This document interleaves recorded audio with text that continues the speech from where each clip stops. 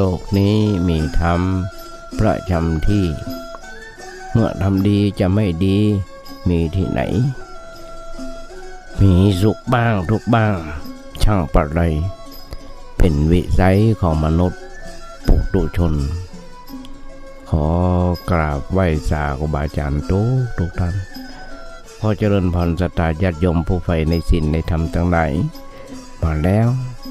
มาแห่มแล้วรายการเสียงธรรมจากเนนน้อยสังเดือจากวัดประแดงทั้งนี้โดยการนำของท่านพระครูโคสิทธิ์ปริยัติยพรเจ้าวัดประแดงเจ้าคณะตำบลสุเทพเขต 1รายการนี้เป็นประจำทุกวันพุธจาก 10 โมงจนถึง 11 โมงโดยประมาณมีข้อแม้ว่าถ้าตั้งสถานีวิทยุบ่มีการถ่ายทอดสดเราได้ปะกันสถานีวิทยุ FM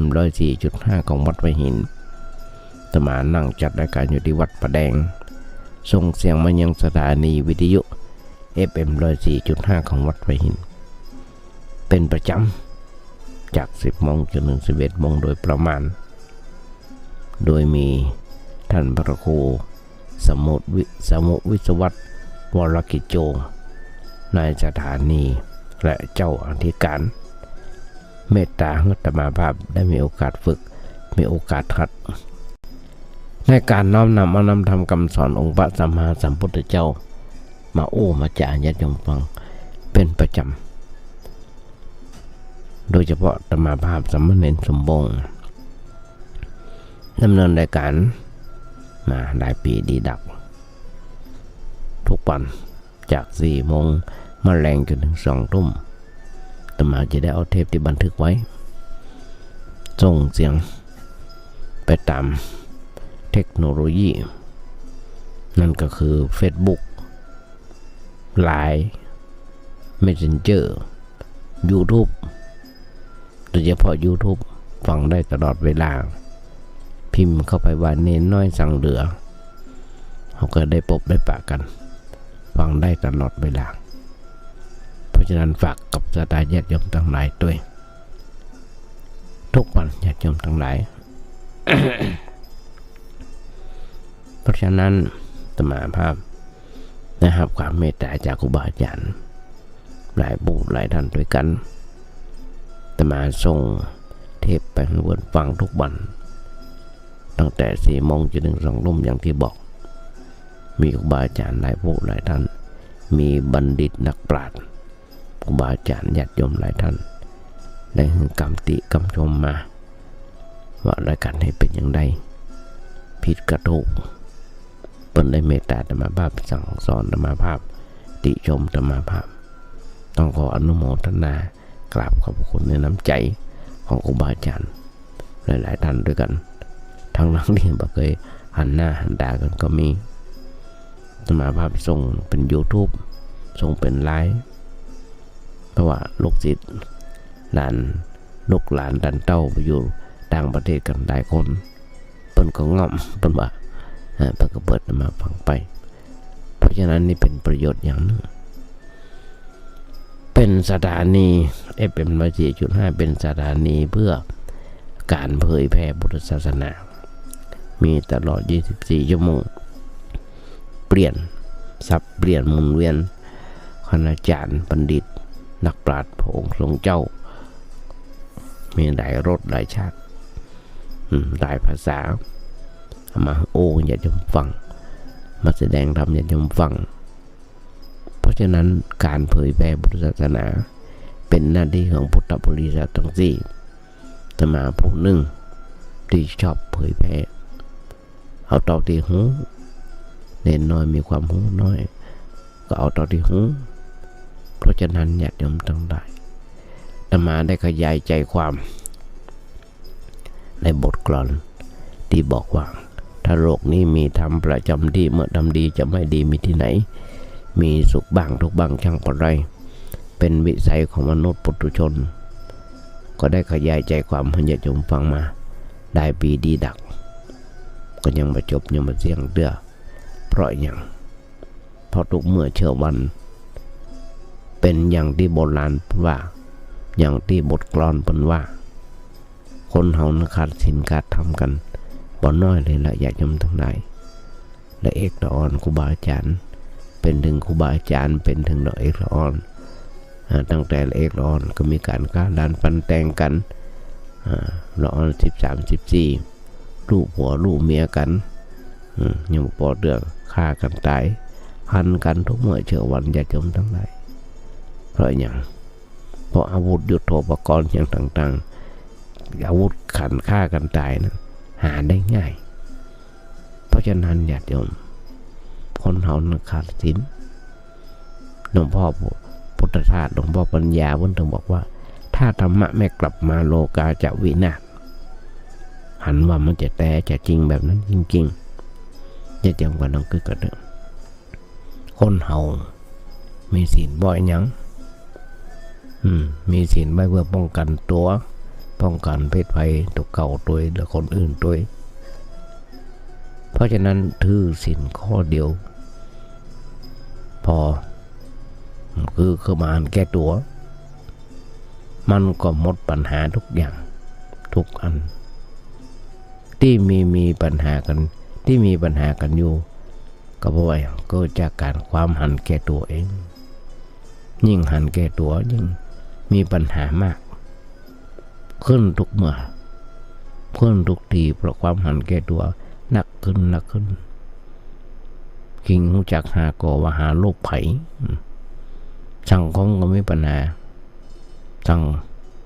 สังคมมุ่นวายอยู่มาเป็นสุขยิ่งหันแก่ตัวเอาเปรียบคนอื่นเอาเปรียบคนอื่นทำให้เฮาอยู่บ่เป็นสุขอยู่ในสังคมก็บ่เป็นสุขต่างคนต่างจะหาความสุขของคนอื่นมาเป็นของตัวมันแข่งแย่งชิงดีชิงเด่นกันมันมีความเป็นความมันก็แย่งความสุขกันเอาเปรียบกันแม้ว่าคนอื่นจะเป็นอย่างไรก็ไม่ได้สนใจอันยังเดือดร้อนอย่างใดก็ไม่ได้สนใจอันยังเพราะว่าหันแก่ตัวเก่าหันแก่ตัวไม่ได้สนใจคนอื่นไม่ได้สนใจเบื่อมนุษย์จะเป็นอย่างไรก็จ้างมันจะเดือดร้อนอย่างใดก็จ้างมันภัยดีภัยได้เกิดจากความหันแก่ตัวทั้งนั้นที่มีปัญหาในสังคมการหันแก้ตัวนั้นมันก็มีปัญหาทุกอย่างสามีหันแก้ตัวมันก็อยู่ด้วยกันบ่ได้มันก็ทะเลาะเบาะแว้งกันมันก็จะได้หย่าร้างกันภรรยาหันแก้ตัวมันก็อยู่ด้วยกันบ่ได้ทะเลาะเบาะแว้งกัน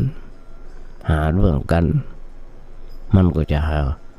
คนใหม่ที่ดีกว่าคนเก่าเพราะหันแก่ตัวคนหันแก่ตัวคนเดียวได้คนหันแก่ตัวคนเดียวทำให้มีปัญหานักหนาปาป้านแต่บ่หันแก่สามีบ่หันแก่ลูกของตัวมันก็เกิดความวุ่นวายในครอบครัวเพราะความหันแก่ตัวคนเดียวมันสามารถทำให้คนอื่นเดือดร้อนไปโดยครอบครัวหันแก่ตัวญาติพี่น้องหันแก่ตัวเพื่อนร่วมงานหันแก่ตัวคนในสังคมต่างคนต่างเหินห่างต่างหันแก่ตัวมันก็วุ่นวายไปหมดเพราะฉะนั้นเขาจะต้องช่วยกันเรื่องความหันแก่ตัวเพื่อมันน้อยลงอย่าได้หันแก่ตัวลดความหันแก่ตัวออกจากจิตใจก็ได้ถึงจะอยู่ในสังคมอย่างผาสุกบ่มีการเบียดเบียนกันการทำร้ายกันการเอารัดเอาเปรียบกันเพราะหันแก่คนอื่นหันแก่ผู้อื่นโดยทำร้ายคนอื่นไม่ได้เอารัดเอาเปรียบคนอื่นเอารัดเอาเปรียบคนอื่นได้เพราะว่าหันแก่เพื่อนมนุษย์หันแก่คนอื่น ญาติโยมทั้งหลายนี่คือหลักสำคัญของพุทธศาสนาของเฮาหลักสำคัญในสังคมของเฮา เฮาจะหันได้อย่างทุกเมื่อเชื่อมันในเรื่องของความหันแก่ตัวอย่างน้อยๆเฮาจะต้องช่วยกันคนเข้าหาหรือว่าเข้าถึงธรรมะรู้จักหลักธรรมะในทางพระพุทธศาสนาแต่เบื้องต้นก็คือต้องรู้จักตั้งแต่ละอ่อนแต่บางทีพ่อแม่บอกว่าจะสนประสาในเรื่องเกี่ยวกับธรรมะก็จะหันได้อย่างทุกเมื่อเช้าวันเมื่อกี้วันที่ผ่านมาละอ่อน14อายุ14ฝึกหัดยิงปืนก็ไปยิงเบิ้ลตายหลายคนจำได้ว่าตาย2 คนบาดเจ็บแหมไม่ใช่ว่าเป็นละอ่อนที่ขาดการศึกษานะเป็นเรียนดีพ่อแม่เป็นถึงด็อกเตอร์ด้วยซ้ำไปสอนในมหาวิทยาลัยซ้ำไปท่านก็ญาติโยมทั้งหลายเป็นเพราะยังเป็นเพราะว่าพ่อแม่บ่อยว่าภาษาอย่างนับถือพุทธศาสนาก็เพียงแค่ชื่อเราก็เลยต้องหาทางช่วยกันวิธีอื่นวิธีที่จะช่วยกันนั่นก็คือว่าเราจะต้องสอนละอ่อนเพื่อเข้าถึงพุทธศาสนาในวันที่เปิ้นหยุดอย่างมาเดียวเนี่ยเริ่มปิดเทอมกันละเจ้าวันอาทิตย์วันเสาร์ละอ่อนมันหยุดโรงเรียนพอไปโรงเรียนพ่อแม่ก็ควรนึกว่าลูกเขาว่างจากการเรียนวันอาทิตย์ก็ดีวัดไหนเพิ่นมีการสอนพุทธศาสนาเรื่องกับละอ่อนละอ่อนเฮาก็ต้องควรจะเอาลูกไปฝากเรียนเพื่อให้เขาถึงธรรมะหูไว้ว่าเอาไปใช้แก้ปัญหาในชีวิตประจำวันต่อไปความจริงญาติโยมเวลาได้มีการศึกษาก้าวหน้าเรียนถึงขั้นมหาวิทยาลัยแต่ว่าในห้องเรียนหรือในมหาวิทยาลัยบ่มีการสอนธรรมะคนเกิดความรู้ความเข้าใจเมื่อเปิ้นบ่รู้จักธรรมะเปิ้นก็บ่รู้จักปลงบ่รู้จักวางบ่รู้จักปลงของหนักก็นักอยู่ตลอดเวลานั่นแหละกำไว้อยู่ตลอดเวลานั่นแหละคนเฮาถ้าแบกของหนักแบกของหนักแล้วบ่วองบ่ปงบ่วางก็เกิดความมุ่นวายใจบ่ฮู้จักวางเฮาต้องสอนเปิ้นให้ฮู้ธรรมะแล้วสอนให้เปิ้นฮู้ว่าใจธรรมะอย่างใดในชีวิตประจำวันเมื่ออย่างมันเกิดขึ้นควรจะวางอย่างใดแล้วควรจะแนะนำเปิ้นไว้ว่าเมื่อใดกุ้มอกกุ้มใจตุกอกตุกใจเริ่มนึกถึงพระพุทธเจ้ามาไปหาพระสงฆ์องค์เจ้าผู้มีความรู้ความเข้าใจในธรรมะเพื่อเปิ้นจะได้แบ่งเบาความทุกข์ที่อยู่ในอกนั้นมันหายไปตามวิธีของพระพุทธเจ้าญาติโยม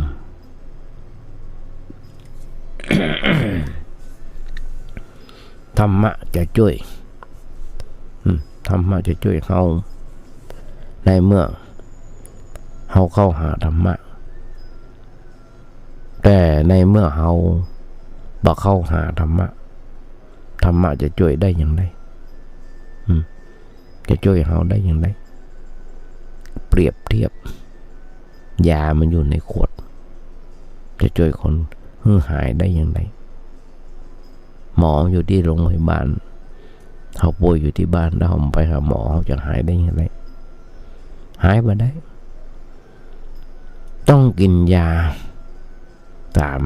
ที่หมอบัญสั่งกินยาตามที่หมอบัญสั่งกินก็เวลากินก็เวลาเดียวไม่เช้าเวลาเย็นเวลาเที่ยงก่อนอาหารหลังอาหารกินให้มันถูกต้องตามที่หมอบัญสั่งโรคก็จะหายธรรมะก็เป็นอย่างนั้นแหละธรรมะเป็นโอสถเป็นยาชนิดหนึ่งในทางจิตใจทางวิญญาณเราก็ศึกษาเอามาใช้เป็นหลักปฏิบัติในชีวิตประจำวันญาติโยมลองคิดก่อยเถอะคนเราบางทีกลุ้มอกกลุ้มใจเข้าหาพระสงฆ์องค์เจ้าไปไปถามเปิ้ลบอกเปิ้ลก็จะแนะนำเราความจริงคนเรามันต้องอ่านธรรมะทุกวันฟังธรรมะทุกวันเพิ่นมาแต่ก็ถึงบอกสถานีวิทยุ FM 104.5 ของวัดไผ่หินฟังได้ตลอดเวลา24 ชั่วโมงของเนนน้อยตัวนี้ก็เหมือนกันพิมพ์เข้ามาใน YouTube พิมพ์ว่าเนนน้อยสังเดือก็ได้ฟังได้ตลอดเวลาพระสงฆ์องค์เจ้าครูบาอาจารย์ผู้รู้มีเต็ม YouTube ขอพิมพ์เข้าไปเถอะไปฟังเถอะแต่ว่าสมัยแต่ก่อนลำบากหนังสือหนังหาก็บ่ค่อยมีอ่านมีอยู่ก็อยู่ในหอในห้องสมุดพุทธหนังสือธรรมะก็อยู่ในหอไตรก็ไปเอาไปอ่านมาได้อ่านมาไหวหนังสือในหอไตรอ่านแล้วบ่ค่อยจะรู้เรื่องสมัยนี้หนังสือธรรมะนักหนาป่าป้านแต่ว่าวันศุกร์อาจารย์ท่านมหาวัดจังมันบนฝากมาถวายมาฝากโยมมาถวายไว้ให้แจกโยมยังไม่ได้แจกกล่องนั้นอยู่เลยเป็น50 เล่มหมดกะหนังสือสวดมนต์กันอย่างการต่างๆที่กุฏิตำหามีเพราะฉะนั้นการอ่านหนังสือก็เหมือนกันเข้าใกล้พระธรรมเข้าใกล้พระพุทธเข้าใกล้พระสงฆ์แล้วอ่านบ่อยๆก็จะได้เอาไปนึกไปใจในทันตรงที่หรือเขาฟังธรรมะพ่องก็ถึงบอกเด่นหน่อยนะแบบเจ้าบ้านแบบสไตล์ญาติโยมธรรมดามันต้องคนให้อย่างลึกซึ้งเอากันง่ายๆสมัยเนี้ยญาติโยมทั้งหลายสะดวกสบายเท่าไหร่อย่างธรรมะมันอยู่ใน YouTube มันอยู่ใน YouTube อยู่ใน Facebook เราจะหันได้เปิดพร้อมมันได้ก็ได้แต่มายุคนี้สมัยนี้บ่ค่อยจะสนใจกันที่สนใจก็คือเกมอ่านเล่นเกมกันอย่างกันต่างๆวันค่ำคืนห้องจนสร้างความเดือดร้อนถ้าพอธรรมะมันมาสร้างความเดือดร้อนพอสิ่งดีๆมาสร้างความเดือดร้อนแต่เล่นเกมนั่นนะสร้างความเดือดร้อนปัญหามีนักหนาปาปานในโทรศัพท์สิ่งดีๆก็มีนักหนาปาปานอย่างแต่ว่าวันศุกร์มีคอลเซ็นเตอร์โทรเข้ามาหาอาตมาบอกว่าอาตมานั้นติดบัตรเครดิตไม่ได้จ่ายเครดิตบัตรเครดิตเตื้อพร้อมที่จะจ่ายก่อน เพราะที่จะเสียเวลาไปจ่ายก็มันนี่มิจฉาชีพแต่มากดวางไปเลย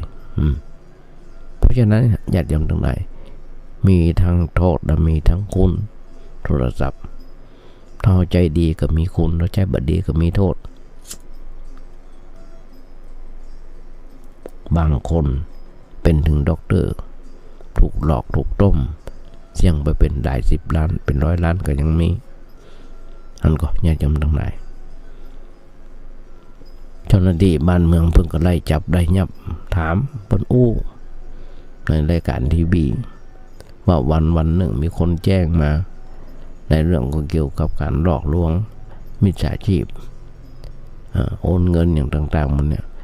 มีวันเป็นพันสายญาติโยมน้องก็เกิดปนห้องว่าอย่างบัญชีม้าก็อย่างการนั้นแหละนักหนาปะปันคนเป็นเบียด็อกเตอร์ยังโดนเลยเพราะฉะนั้นเฮาก็เอามาใช้ที่เป็นประโยชน์อย่างน้อยๆฟังก่อนนอนก็ได้ฟังตื่นนอนก็ได้หลังตื่นนอนก็ได้นั่งกินข้าวปลาอาหารก็ฟังได้เอาโทรศัพท์เสียบหูฟังยุคนี้สมัยนี้มันง่ายญาติโยมทั้งหลายมันจะเหมือนแต่ก่อนต้องลากวิทยุมาเอาเทปเขาใส่เปิดฟังทีวีก็มีแต่ส่วนมากจะฟังเพลงธรรมะก็มีมันก็ดีขึ้นมันก็ดีขึ้นได้เป็นประโยชน์เพิ่นฝูงมาแอวมาเยี่ยมมาเยือนอู้กันเรื่องการเรื่องงานกินกันเสร็จเรียบร้อยเอาธรรมะมาเปิดให้เพิ่นฟังแนะนำเปิดฟังหนังสือเปิดผู้อ่านดังเปิดธรรมะฟังก่อนเรื่องการเรื่องงานเอาไว้อู้กันทีหลังก็ได้ใจมันจะสงบแล้วอู้กันสบายมีปัญหาความคิดความอ่านเฮาก็เอาธรรมะไปเลี้ยงเพื่อนตอนทับเพื่อนที่บ่เคยได้ยินได้ฟังธรรมะเมื่อได้ยินได้ฟังก็รู้สึกประหลาดใจบางคนนะรู้สึกว่านี่มีประโยชน์มีประโยชน์แก่ชีวิตของเขาเพราะสนใจในวันหนึ่งเดือนหนึ่งปีหนึ่งของชีวิตเขาได้จุงเปื้อนของเขาที่เตียวรับตาคำโลกอยู่เหมือน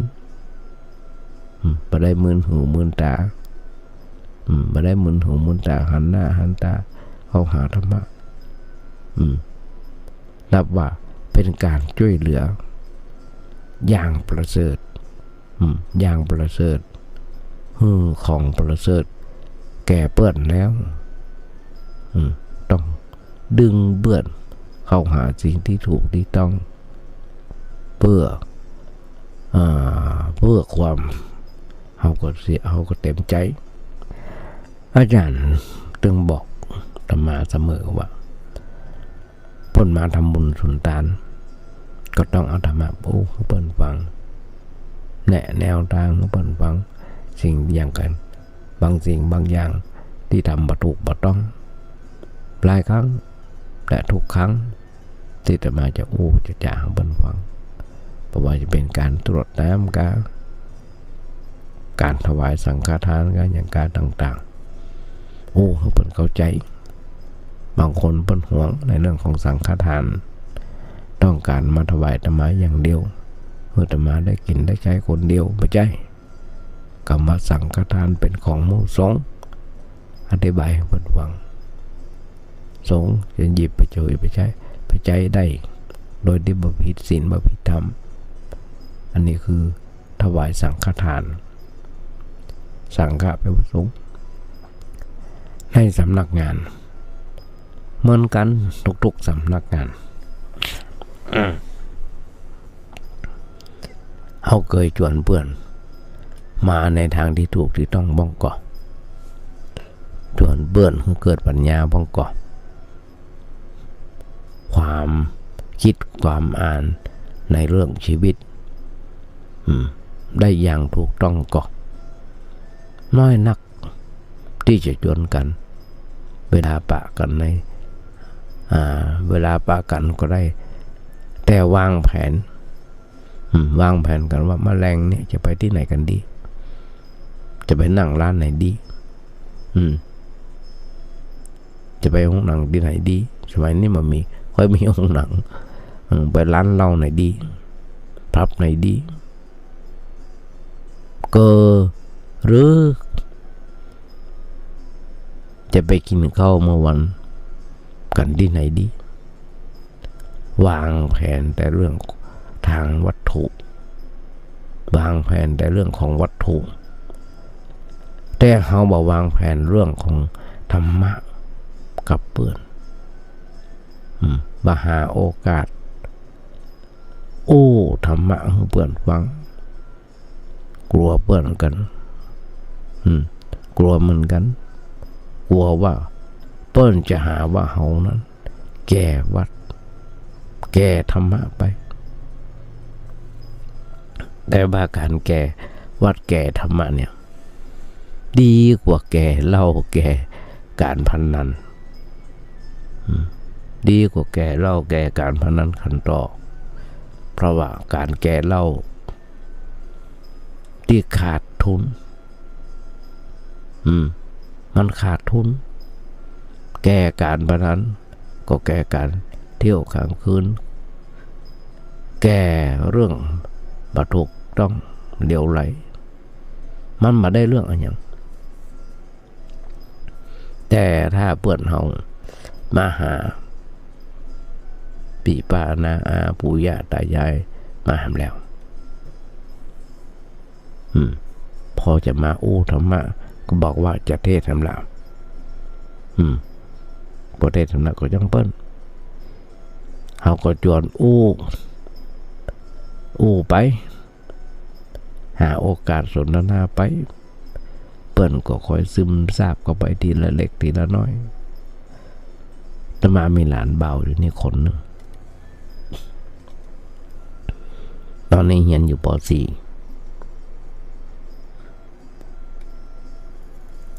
มาได้สอนเปิ้นไหว้พระสวดมนต์เกือบจะทุกวันแล้วแต่อารมณ์เปิ้นสวดมนต์ได้นักหรอกได้เป็น10 บทหรอกป.4สอนตั้งแต่เด็กแต่น้อยพออาบน้ำอาบท่าเสร็จก็เปิ้นไหว้พระสวดมนต์อย่างน้อยๆเปิ้นเก่งในเรื่องของบทอิติปิโสเก่งกระถาหลวงพ่อหลวงปู่ทวดอย่างเงี้ยสอนเขาเปิ้นแต่ละอย่างทีละอย่างทีละน้อยหลายบทที่สอนเขาเปิ้นไปเปิ้นยังอ่านหนังสือบ่คล่องเดียวแต่มาก็ค่อยสอนเปิ้นไปแทบจะทุกวันต้องสวดมนต์ไหว้พระไหว้พระสวดมนต์แทบจะทุกวันแล้วแต่อารมณ์มา 2-3 เดือนนี่สวดพ่องบ่ได้สวดพ่องเพราะว่าใกล้สอบ1ละ2ติดเกมเพราะว่าเพิ่งอนุญาตให้เพิ่นได้เล่นเกมประมาณ 2-3 เดือนมาใส่มาตรองพอรู้สึกว่าจะใจอารมณ์กับเกมทำการทำงานบ่ค่อยทำละบ่ค่อยไปไหนละติดแต่เกมเปิ้นอยู่คนเดียวของเปิ้นที่กุฏิไม่ได้ไปไหนจะไปเรื่องกลัวอันตรายต่างๆนานาปั่นรถทีมก็กลัวรถกลัวทางอย่างต่างๆแม้กระทั่งขี่รถทีไปโรงเรียนซึ่งไกลประมาณกิโลมาถึงประมาณกิโลก็หาได้อนุญาตครับอนุญาตไปสัก 2-3 วันมาเนี่ยปั่นรถทีไปโรงเรียนก็ยังจะต้องบอกป้าขี่ตัวก้นไปอยู่ขี่ไปรับอยู่กลัวมากในเรื่องพวกนี้อยากยอมต้องได้อันนี้ก็ก้อยสอนกันไปแต่ว่าการแก้วัดแก้ธรรมะเนี่ยดีกว่าแก้เหล้าแก้การพนันขันต่อเพราะว่า ว่าการแก้เหล้ามันขาดทุนอย่างที่บอกวันอาทิตย์ก็ดีวันเสาร์ก็ดีที่หยุดเรียนนัดเพื่อนนัดฝูงจวนเพื่อนจวนฝูงว่าวันนี้เขาไปวัดกันบอกมีหลายคนญาติโยมตรงไหนที่ลูกศิษย์ลูกหาอาตมาภาพเปิ่นถึงวันถึงเวลาเปิ่นก็ไปปฏิบัติธรรมกันไหว้พระสวดมนต์กันท่านไปถึงลูกศิษย์อยู่คนนึงเป็นตำรวจป่าลูก2 คนลูกบ่าวลูกสาวอายุ9 ขวบ 10 ขวบเขาวัดปฏิบัติธรรมกันเจริญสมาธิปัญญากันสวดมนต์กันหันชื่นอกชื่นใจญาติโยมทั้งหลายเพียงแค่ละอ่อนกราบเบญจางคประดิษฐ์กราบได้งามได้สวยชื่นใจแล้วญาติโยมทั้งหลายเพราะฉะนั้นวันอาทิตย์หรือว่าวันไหนๆก็ดีนัดเปื่อนเพราะว่าชวนเปื่อนไปเข้าวัดเข้าว่าถ้าเรามีรถก็ไปหาเปื่อนมาวัดนี่แหละคือการส่งเคราะห์เปื่อนด้วยความดีส่งเคราะห์ด้วยธรรมะส่งเคราะห์ไม่ใช่ส่งเคราะห์ส่งเคราะห์เปื่อนด้วยธรรมะเป็นการส่งเคราะห์ที่มีคุณค่ามีราคาทำให้ชีวิตของเขาดีขึ้นบ่ได้ช่วยแต่เพื่อนคนนั้นแต่ว่าช่วยให้คนในครอบครัวดีขึ้นให้การงานดีขึ้นให้ประเทศชาติดีขึ้นเพราะตัวได้หันหน้าเข้าหาธรรมะได้ปฏิบัติธรรมครูโรงเรียนไหนที่ป่าดอนเขาวัดห้องว่าเป็นครูที่ประเสริฐเป็นครูที่ดีแล้วกล้านำละอ่อนมาวัดนำมาเถอะอยากยมทั้งหลายมาบ่อยๆอย่างน้อยๆเปิ้นได้เกิดความคิดเกิดปัญญาสิ่งที่เปิ้นฝังไว้นั้นอาจจะบ่ได้ใจในเวลานี้ก็ได้แต่เมื่อใหญ่หน้ากาบานขึ้นมาบางทีเปิ้นเอาไปใจได้ไปใจในเวลาที่เปิ้นมีความทุกข์ขึ้นนึกถึงกรรมหลวงพ่อนึกถึงกรรมครูบาอาจารย์ที่เปิ้นให้ฟังพระเทศน์ให้ฟังเปิ้นก็เข้าใจเปิ้นก็หูหาที่บึ้งทางใจถ้ามาได้นั่งรถผ่านห้องเรียนวัดบงน้อยประมาณสักจะเพนนี่นะประมาณเที่ยงนะมั้งถ้ามาจะฟังมาเพนที่กุฏิได้ยินโรงเรียนวัดบงน้อยโรงเรียนบ้านบงน้อยเปิ้นปานักเรียนไหว้พระสวดมนต์ญาติโยมทั้งหลายออกกองเอิ้นด้วยม่วนฟังแล้วชื่นอกชื่นใจมีการสวดมนต์มีการแผ่เมตตาเพราะฉะนั้นเฮาช่วยกันดึงคนเข้าวัดเข้าว่า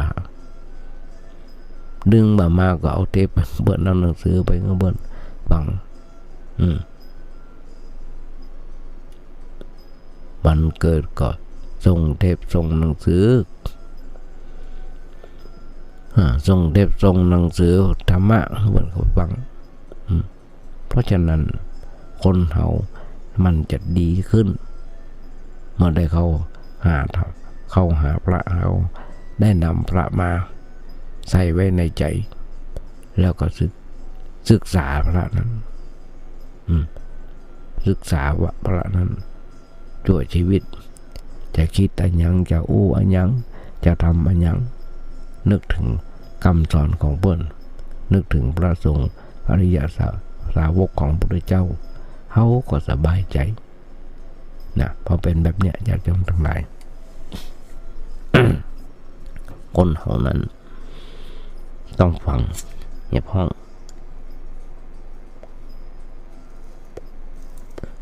ในเรื่องธรรมะธรรมโมอย่างน้อยๆต้องเกิดคนเฮามามีวันนี้ก็ต้องมีการเปลี่ยนแปลง บอกวันนี้บอกวันหน้าก็ต้องเปลี่ยนแปลงถ้าเฮามามีธรรมะเพิ่นถึงบอกถ้าโลกถ้าธรรมะไม่กลับมาจะโลกาจะวินาศโลกาจะวินาศถ้าธรรมะไม่กลับมาโลกาจะวินาศมันวินาศอย่างใดญาติโยมทั้งหลายบางคนเรื่องธุรกิจล่มละลายหนี้สินท่วมตัวผัวมีเมียน้อยเมียนอกใจตกเงี้ยว่าจบตกงานถูกลดตำแหน่งถูกลดหมดอำนาจจะหันได้ญาติโยมทั้งหลายเดือนนี้เป็นเดือนแรกที่ข้าราชการเกษียณ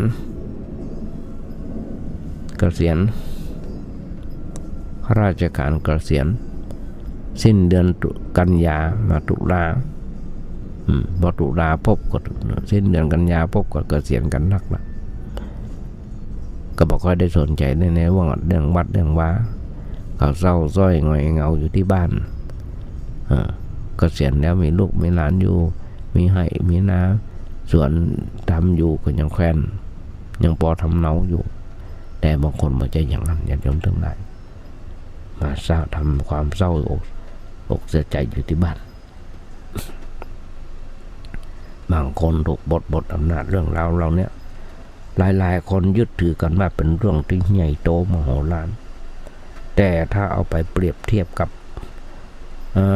เรื่องของความตายที่กำลังไล่บี้แต่คนมาติดมันเปรียบกันมาได้เลยเพราะฉะนั้นเรื่องใดๆก็ตามที่เป็นเรื่องภายนอกตัวเขามันคือถือให้ว่ามันเป็นเรื่องเล็กๆน้อยๆเป็นเรื่องของโลกที่จะต้องแปลเปลี่ยนไปและยังมีช่องทางอื่นๆนักดาปาปันที่จะแก้ไขเพียงแต่เราต้องเอาสติปัญญาเข้าไปแก้แต่อย่าเอาการฆ่าตัวตายเข้าไปแก้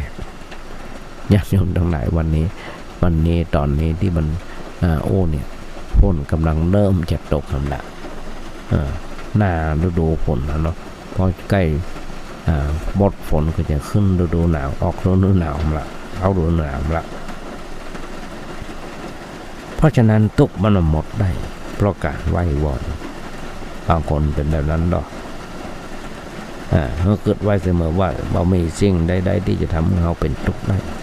นอกจากความคิดผิดของเราเองถ้าเราคิดผิดความทุกข์ก็เกิดขึ้นแต่หากคิดถูกเราก็จะบ่เป็นทุกข์บ่หมดได้เพราะการไหว้วอนความเพียรพยายามอย่าคิดพยายามคิดเรื่องเราต่างๆต้องเป็นไปตามใจของเราถึงหมดแต่เราคิดเนี่ยว่ามันจะเกิดขึ้นจะเกิดเรื่องดีเรื่องร้ายอย่างไรก็ให้มันเกิดขึ้นเราก็จะพยายามหาวิธีการแก้ไขให้ดีที่สุดแก้ได้ก็เอาแก้บ่ได้ก็เอาและคิดไว้เสมอว่าความทุกข์ความกลัดกลุ้มจะบำหมดลงไปได้ด้วยการบนบานไว้หรือไหว้วอนร้องขอเทพเจ้าแม้แต่พิธีกรรมต่างๆก็บ่อาจทำให้เราเป็นทุกข์เราทุกข์ทางใจหมดสิ้นไปได้นอกจากเราจะต้องมีสติปัญญาคือมีการคิดอย่างถูกต้องในเรื่องนั้นๆความทุกข์ใจก็จะหมดสิ้นลงไปได้ญาติโยมผู้ส่วนธรรมทั้งหลายปัญหาคู่ชีวิตก็ถึงบอกปัญหาคู่ชีวิตปัญหาเหมือนกับบันบอกของเขาซื่อๆตรงอยู่แล้วดูในตัวมันแล้วว่าต้องหาทางแก้ไขปัญหาเรื่องงานหนี้สินผัวชอบเที่ยวเมียชอบเล่นไพ่ผัวชอบติดยาลูกบ่าวติดยาลูกสาวหนีไปกับพ่อใจตมาอุ้มบ่อยแล้วก็หันถึงมื้อถึงวันยังเป็นข้าวหันทุกเมื่อเช้าวันเขาก็ต้องแก้ไขปัญหาไปตามเรื่องนั้น จะแก้ไขได้ดีเท่าใดแค่ไหนก็ต้องค่อยๆแก้กันไปแต่เราจะต้องเข้าใจไว้เลยว่าปัญหาเหล่านี้จะแก้ไขสักเท่าใดมันก็บ่มีวันหมดไปจากโลกจากชีวิตของเราเพราะมันเหมือนกับเป็นปัญหาโลกแตก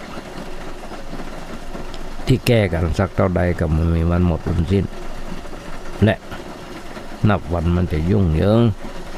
ซับซ้อนหนักยิ่งขึ้นปัญหาในบางเรื่องบางอย่างถ้าเขาคิดหนักจนเกินไปคือคิดเนี่ยจนเครียดเมื่อระวังไว้ให้ดีหัวเอาอาจจะแตกก่อนโรคหรือว่าเส้นเลือดในสมองออกอาจจะแตกก่อนโรคหลายๆคนญาติโยมทั้งหลาย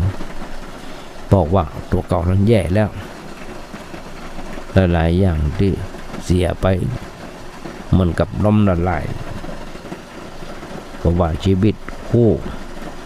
หรือว่าชีวิตแต่งงานครอบครัว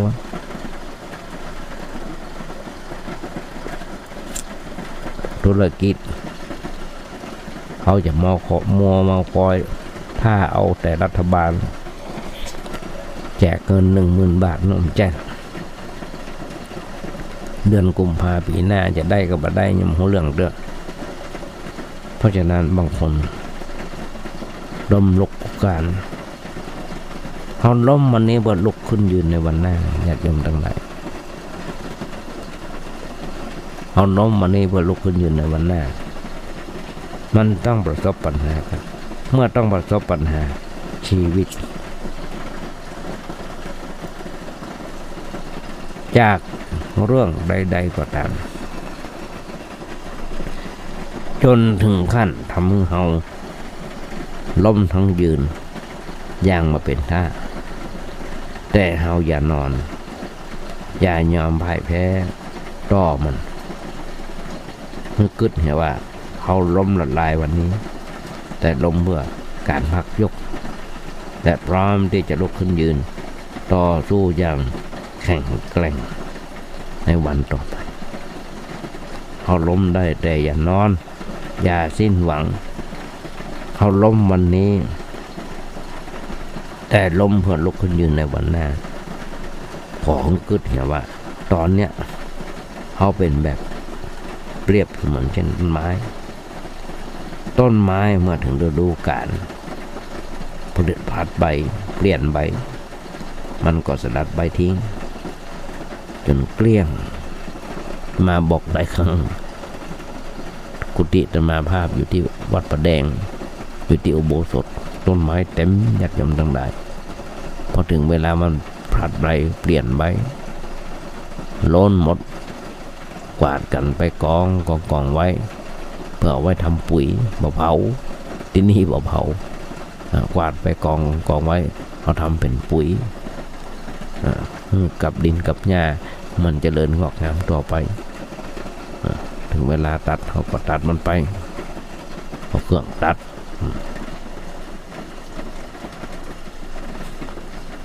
ชีวิตคนเฮา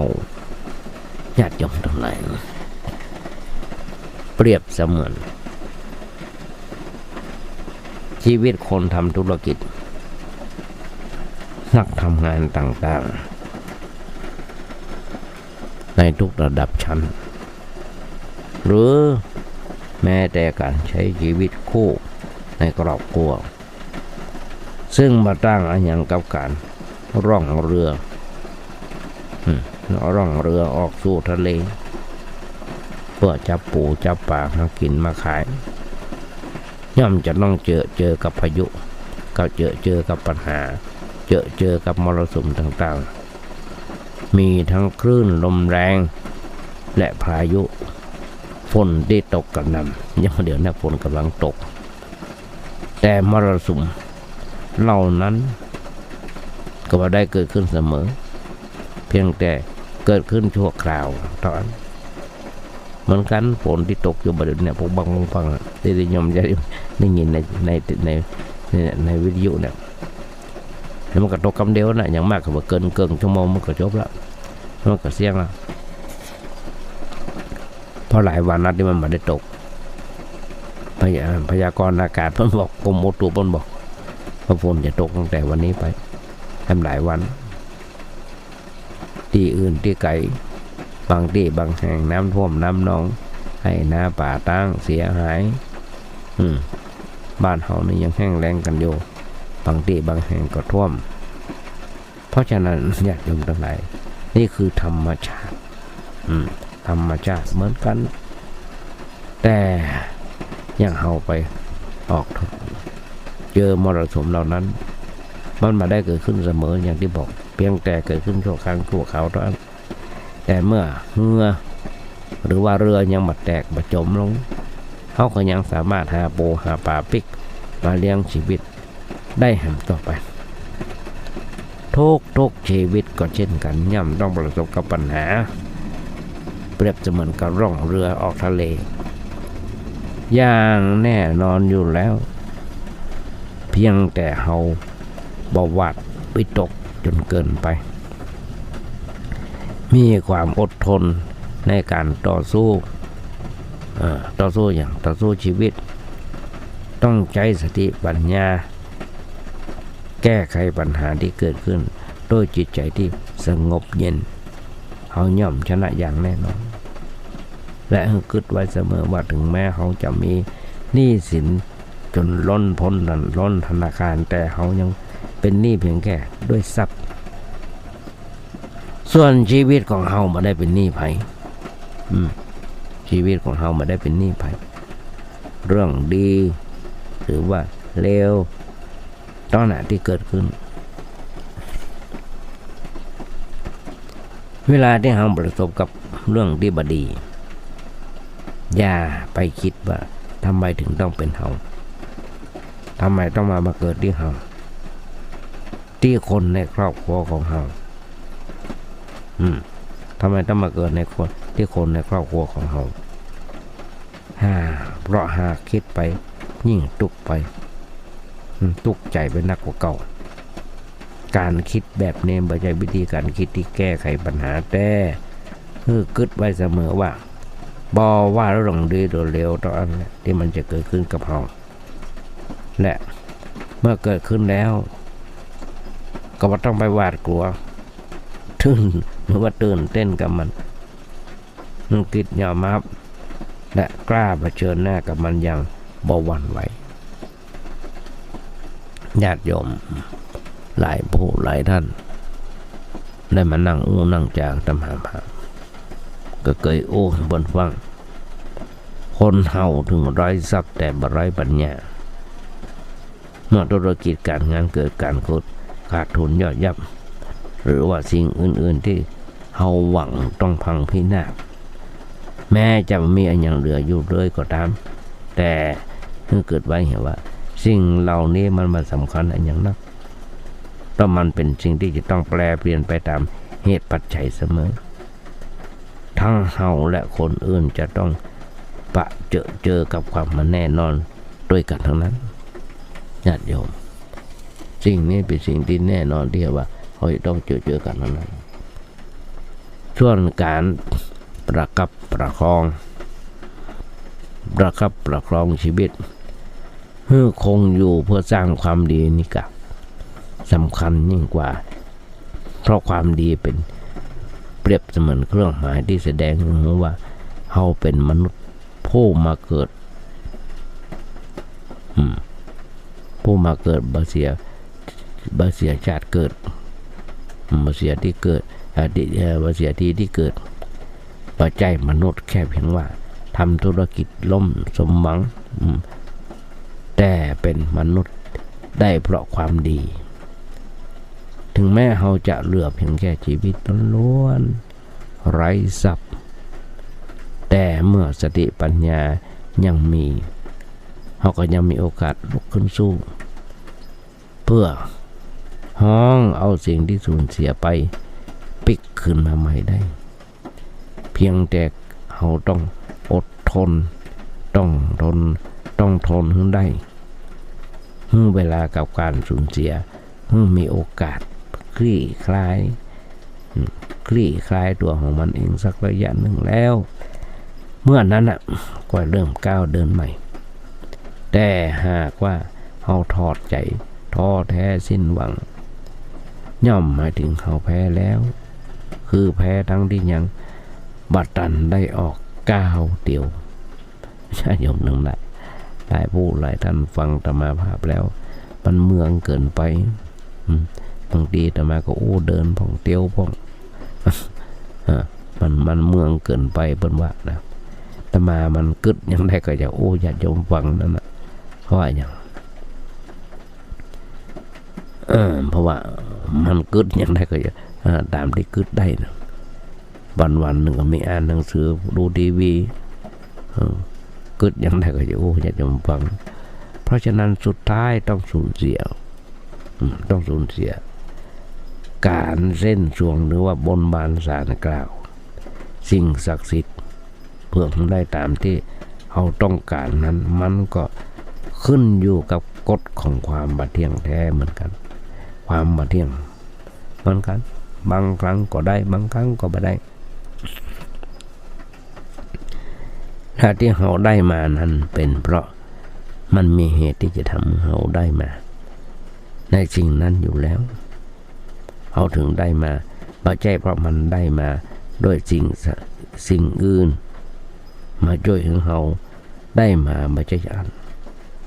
ต้องคิดไว้เสมอว่าแม้เขาจะได้อย่างตามที่ต้องการแล้วแต่สิ่งนั้นจะไปอยู่กับเขาอย่างถาวรตลอดไปเพราะวันหนึ่งมันจะต้องสูญเสียไปจากเขาเพราะฉะนั้นเขาบอกคนอย่าประมาทเพราะฉะนั้นเขาบอกคนอย่าปรารถนาหรือว่าประมาทหรือว่าเช่น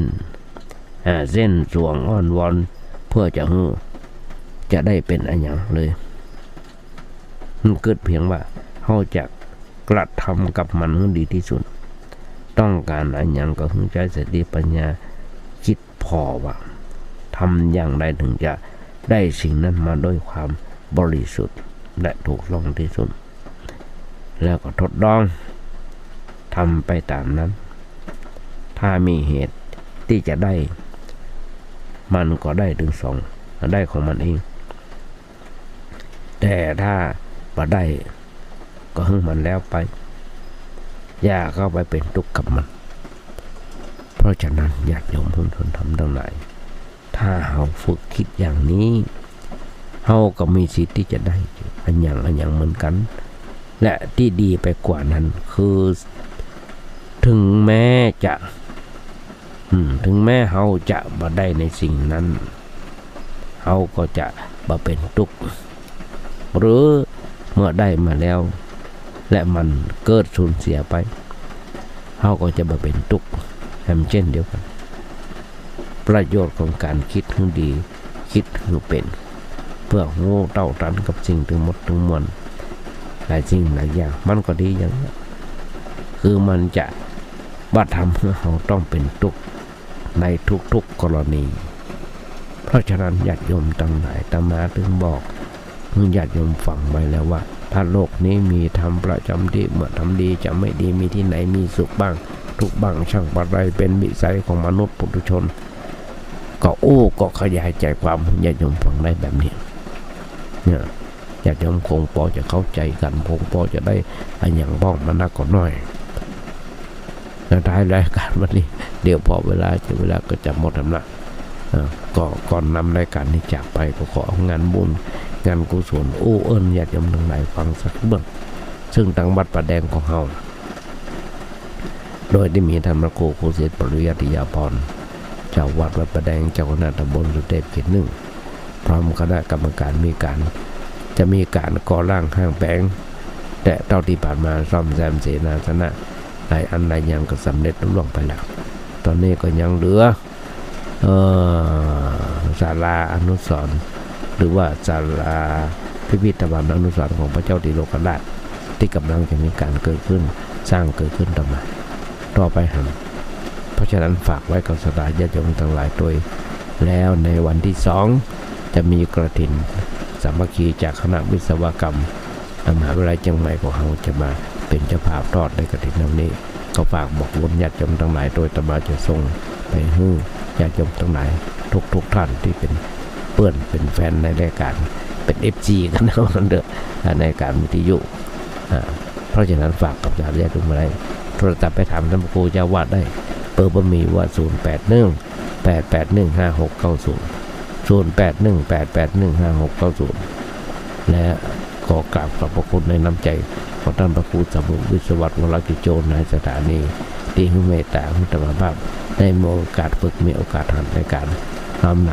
นำคำสอนของพระสัมมาสัมพุทธเจ้ามามาจ่ายญาติโยมทั้งหลายได้ฟังกันเอาละญาติโยมทั้งหลายก็ขอนำรายการได้จากไปก่อนแต่ก่อนจะจากไปวันนี้ขอมาพรสลายญาติโยมทั้งหลายขอให้มีความสุขมีความเจริญวันนี้อาจจะเป็นวันครบรอบวันเกิดของใครคนใดคนหนึ่งขอมีความสุขมีความเจริญคิดสิ่งหนึ่งสิ่งใดสมความมุ่งมั่นปรารถนาขอให้ญาติโยมอย่าเจ็บอย่าไข้กันเลยขอเจริญพร